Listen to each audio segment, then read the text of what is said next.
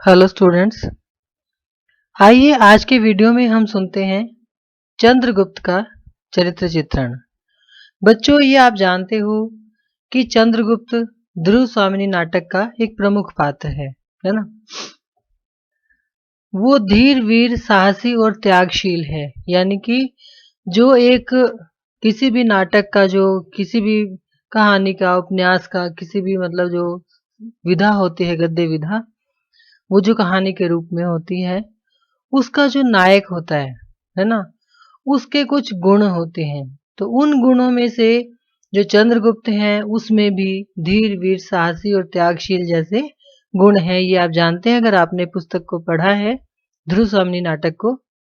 राष्ट्रभक्त है और नाटक का नायक है। तो ये मुख्य मुख्य बातें हैं चंद्रगुप्त के बारे में। देखिए, सरल व सुंदर व्यक्तित्व उसकी पहली विशेषता है।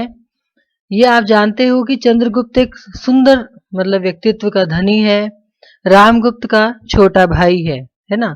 और समुद्रगुप्त ने चंद्रगुप्त को ही पहले राज्य का अधिकारी घोषित किया था, लेकिन रामगुप्त ने छल कपट से या अपने अत्याचारों से कह लीजिए, या बलपूर्वक कह लीजिए, उससे वो राज्य छीन लिया। और जो ध्रुव स्वामिनी है, वो चंद्रगुप्त से प्रेम करती है। और जो चंद्रगुप्त है ना, वो बड़ा सरल है, सरल हृदय है, विनम्र है, और किसी भी छल कपट से, किसी भी दृष्टताओं से वो हमेशा दूर रहता है। और वो देखने में बहुत ही सुंदर है, बलशाली है। कुल मर्यादा का रक्षक। अपने कुल की मर्यादा की रक्षा करने के लिए वह पिता से मिले हुए राज्य को त्याग देता है। देखो यहाँ लिखा हुआ है, क्यों त्याग देता है? क्योंकि वो केवल अपने अपना जो उसका जो गुप्त कुल है, जो गुप्त वंश है, उसकी कहीं बेइज्जती हो, कहीं उनको उनके सम्मान में कोई कमी ना आए, इसलिए वो चुपचाप सारे निर्णय स्वीकार कर लेता है।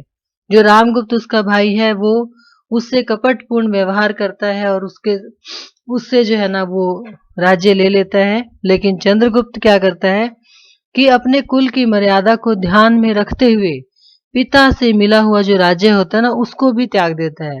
अन्यथा अगर हम इतिहास में जाएं तो अक्सर ऐसा होता है कि एक भाई अगर उसको राज्य मिल गया तो वो दूसरे को कभी नहीं देता, है ना। अगर हम इतिहास में जाकर देखें तो ऐसा अक्सर होता है। लेकिन चंद्रगुप्त बड़ा ही अद्भुत व्यक्ति है। एक तरह से हम कह सकते हैं कि उसका जो व्यक्तित्व है और साधारण लोगों से बिल्कुल हट कर है। इसलिए वो क्या करता है कि पिता से मिला हुआ जो राज्य होता है उसको भी छोड़ देता है, क्योंकि वो अपने वंश का अपमान नहीं चाहता। राष्ट्र गौरव का रक्षक। राष्ट्र के गौरव की रक्षा करने के लिए जो चंद्रगुप्त है, वो अपने प्राणों का बलिदान भी लगा देता है। देखिए, आपने नाटक पढ़ा है ना। नाटक में क्या होता है कि जो शक राज है, यानी कि जो शत्रु पक्ष का राजा है, वो संधि का संदेश भेजता है, युद्ध का संदेश भेजता है और वहां पर संधि की शर्तें भेजता है। वास्तव में ये है। तो वहां पर क्या होता है कि उस संधि में क्या लिखा है कि जो रामगुप्त है वो ध्रुव स्वामिनी को शकराज के पास भेज दे। अब ये देखिए, एक बड़ी अपमानजनक बात है किसी भी राज्य के राजा के लिए कि उसकी पत्नी को दूसरे देश का राजा बुला रहा है। लेकिन जो रामगुप्त है वो कायर है, कपटी है ना। वो स्वार्थी है एक तरह से। उसको ध्रुव स्वामिनी से कोई प्रेम नहीं है और इसलिए वो ध्रुव स्वामिनी को भी भेजने के लिए तैयार हो जाता है। लेकिन जब चंद्रगुप्त को इस बात का पता चलता है तो चंद्रगुप्त जो है वो तिलमिला उठता है। और आप जानते हैं कि बाद में वो शकराज के शिविर में जाता है, ध्रुव स्वामिनी का वेश बनाकर ध्रुव स्वामिनी के साथ जाता है और अंततः वो शकराज को मौत के घाट उतार कर ही दम लेता है, क्योंकि अपने राष्ट्र की, अपने कुल की, अपने कुल वधु की मर्यादा की रक्षा करने के लिए अगर प्राणों का बलिदान भी देना पड़ जाए तो वो पीछे नहीं हटता। अंतर्द्वंद से ग्रस्त है। देखो, चंद्रगुप्त जो है ना, एक विनम्र स्वभाव का व्यक्ति है ना। इसीलिए क्या करते हैं कि लोग जो है उसके विरुद्ध षड्यंत्र करते रहते हैं, क्योंकि वो झगड़ा नहीं करता, लड़ाई झगड़े से दूर रहता है। और इसीलिए वो जो है ना मतलब कोई बात बिगड़ ना जाए या कोई बात किसी बात का कोई अर्थ दूसरा ना लगा लिया जाए, इसलिए वो हमेशा अपने मन की बात को मन में ही रहता है और अंतर्द्वंद में फंसा रहता है। देखिए प्रारंभ में जब वो ध्रुव स्वामिनी को उसके पिता के घर से लेकर आया था और उसको चंद्रगुप्त को ध्रुव स्वामिनी से प्रेम हो गया था, लेकिन कभी भी उसने अपने प्रेम को प्रकट नहीं होने दिया। और साथ ही जो रामगुप्त है वो उसको बंदी भी बनाकर रखता है और वो श्रृंखलाओं में जकड़ा रहता है, जेल में एक तरह से बैठा रहता है, लेकिन वो मतलब कभी भी अपने मन की बात को बाहर नहीं आने देता और इसीलिए उसके मन में जो अंतर्द्वंद है वो हमेशा बना रहता है। और अगर आपने नाटक पढ़ा हो तो एंड तक अंत तक यानी कि जब ध्रुव स्वामिनी और जो चंद्रगुप्त हैं वो शकराज के शिविर में जब जाते हैं और शकराज को मार डालते हैं, उसके बाद भी उसको ऐसा लगता है कि भी वो अपने प्रेम को प्रकट नहीं कर पाएगा और इसलिए वो हमेशा एक द्वंद्व की स्थिति में फंसा रहता है। क्रांति का उद्घोषक। अब यहाँ देखिए चंद्रगुप्त शुरू से विनम्र व्यवहार का परिचय देता है ना, चाहे रामगुप्त उसको बंदी बनाता है या रामगुप्त ध्रुव सामने से विवाह भी कर लेता है, लेकिन चंद्रगुप्त कभी भी अपने भाई से झगड़ा नहीं करता। लेकिन जब राष्ट्र के गौरव की बात आती है यानी कि अपने देश की रक्षा की बात आती है तो फिर वो डरता नहीं है किसी से, वो क्रांति कर देता है। यानी कि देखिए जब शकराज ने उसको बुलाया ध्रुव स्वामिनी को, तो ध्रुव स्वामिनी की रक्षा करने के लिए या अपने कुल की मर्यादा की रक्षा करने के लिए, राष्ट्र के गौरव के लिए उसने क्या किया, क्रांति का उद्घोष कर दिया और वो स्वयं शकराज के शिविर में गया और वहां पर जाकर उसने शकराज को मार डाला। इतने पर भी मतलब जब बात नहीं बनी और ध्रुव स्वामिनी के वहां जीतने के बाद जब शकराज के राज्य में रामगुप्त आ जाता है और रामगुप्त जब चंद्रगुप्त को मारने का प्रयास करता है तो वहां पर भी वो पीछे नहीं हटता जो चंद्रगुप्त है और अंततः रामगुप्त मारा जाता है।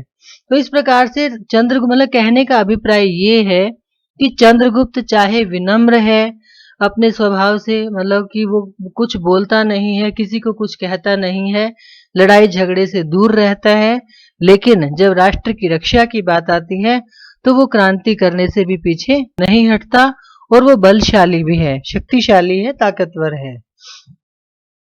नारी जाति का सम्मान। चंद्रगुप्त नारी के सम्मान का रक्षक है। वह ध्रुव स्वामिनी को न केवल आत्महत्या करने से रोकता है बल्कि उसके प्राणों की रक्षा के लिए स्वयं शकराज के पास वेश बदलकर जाता है। ये आप जानते हैं कि जब ध्रुव स्वामिनी को ये पता चलता है कि शकराज ने अपने राज्य में उसको बुलाया है तो वो रामगुप्त के सामने पहले अनुनय विनय करती है यानी प्रार्थना करती है, लेकिन रामगुप्त उसकी बात को नहीं मानता है ना।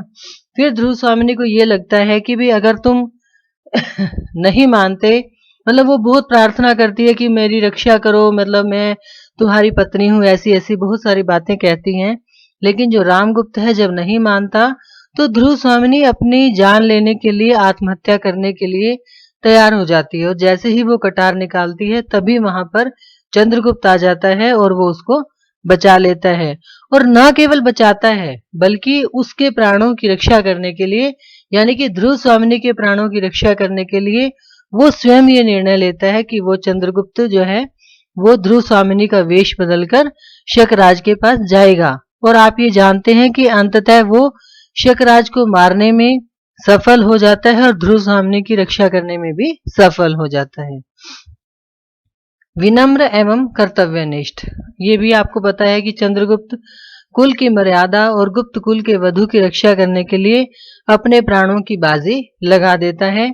इस प्रकार वह संपूर्ण शक्ति के साथ अपने कर्तव्य का पालन करता है, यानी कि जब जब उसकी आवश्यकता पड़ती है ना, तो वो अपनी ड्यूटीज से अपने कर्तव्यों से कभी भी पीछे नहीं हटता।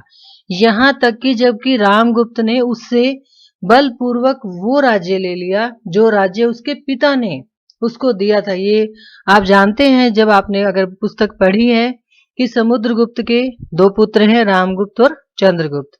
रामगुप्त बड़ा है और चंद्रगुप्त छोटा है, लेकिन उस समय जो राज्य के अधिकार की बात होती थी तो या तो बड़े पुत्र को, ज्येष्ठ पुत्र को राज्य दिया जाता था या योग्य पुत्र को। तो राजा जो समुद्रगुप्त थे उन्होंने अपना राज्य योग्य पुत्र यानी चंद्रगुप्त को दिया था, लेकिन रामगुप्त ने उसको हड़प लिया, एक तरह से बलपूर्वक चंद्रगुप्त से वो ले लिया। तब भी चंद्रगुप्त कुछ नहीं बोला, क्योंकि वो विनम्र है और उसको पता है कि उसका कर्तव्य क्या है, कि वो राजगद्दी पर ना भी रहे तो भी अपने कर्तव्य का पालन करेगा और राष्ट्र की रक्षा करेगा। इसीलिए वो चुपचाप, उसका भाई जब भी उसको वहां जेल में रखता है या बंदी बनाकर रखता है, उस पर अत्याचार करता है, वो कभी उसका अपमान नहीं करता और इस प्रकार से वो अपनी विनम्रता का परिचय भी देता है। लेकिन जब कर्तव्य की बात आती है तब वो कर्तव्य का पालन करने से भी पीछे नहीं हटता। इस प्रकार हम कह सकते हैं कि चंद्रगुप्त महान गुणों से युक्त है, वह राष्ट्र के गौरव का रक्षक है और विषम परिस्थितियां होने पर वह क्रांति भी करता है। यानी कि वैसे वो विनम्र है, सदाचारी है, सबका सम्मान करता है, सबसे प्रेम से बात करता है, लेकिन जब राष्ट्र की रक्षा की बात आती है, कुल वधु की मर्यादा की रक्षा की बात आती है, तो वो क्रांति कर देता है और अंततः वो शकराज को और रामगुप्त को मारने में सफल हो जाता है। तो ये था बच्चों चंद्रगुप्त का चरित्र चित्रण। धन्यवाद।